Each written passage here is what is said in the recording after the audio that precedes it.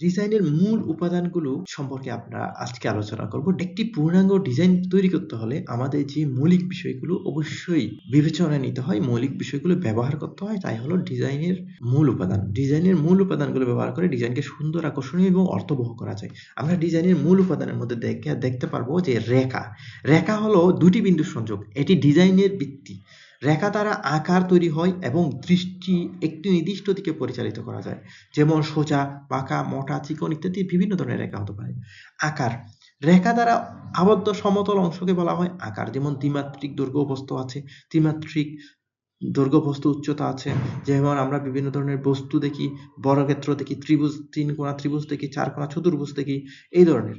রূপ বা ফর্ম, রূপ হচ্ছে ত্রিমাত্রিক আকার যার দৈর্ঘ্য বস্তু উচ্চতা থাকে, যেমন গণক, গোলক ইত্যাদি। তাহলে ডিজাইনের প্রধান উপাদানগুলোর মধ্যে রেখা, আকার, রূপ আছে।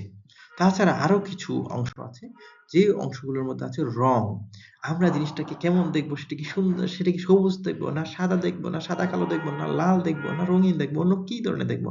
রং মানুষের আবেগ অনুভূতির উপর প্রভাব ফেলে। আমরা সামনে আর রং সম্পর্কে আরো কিছু পড়বো। মূলত প্রধান রং হচ্ছে লাল, নীল এবং হলুদ। টেক্সচার, কোনো বস্তুর পৃষ্ঠের গঠন বা অনুভূতিকে বলে টেক্সচার। যেমন একটা বস্তু হচ্ছে মসৃণ, একটা বস্তু হচ্ছে কসকসে, একটা হচ্ছে নরম বা শক্ত। আমরা জিনিসটা দেখার পর যদি মনে হয় না এটা খুবই স্মুথ, এটা খুবই কসকসে হবে, সেটা হচ্ছে টেক্সচার। তাছাড়া স্থান, ডিজাইনের মধ্যে ফাঁকা স্থান কেমন আছে। ফাঁকা স্থান পজিটিভ স্পেস এবং নেগেটিভ স্পেস এ বিভক্ত। পজিটিভ স্পেস হচ্ছে ভর্তি অংশ, কিন্তু ফাঁকা, নেগেটিভ স্পেস হচ্ছে সম্পূর্ণ ফাঁকা অংশ। একটি ডিজাইনের 3 ভাগের 2 ভাগই ফাঁকা অংশ হওয়া উচিত আমার মনে হয়। যদি ফাঁকা অংশ বেশি থাকে ডিজাইনটা সবচেয়ে সুন্দর দেখে, খুবই সিম্পল দেখে। Simplicity is the best. তাছাড়া মান আছে, কোন রঙের মান হালকা, কোন রঙের মান গাঢ়, আবার কোন একটাতে কন্ট্রাস্ট বা আলোর পরিমাণ বেশি, আলোর পরিমাণ কম। এটি ডিজাইনের গভীরতা এবং আবেগে প্রভাব সৃষ্টি করে।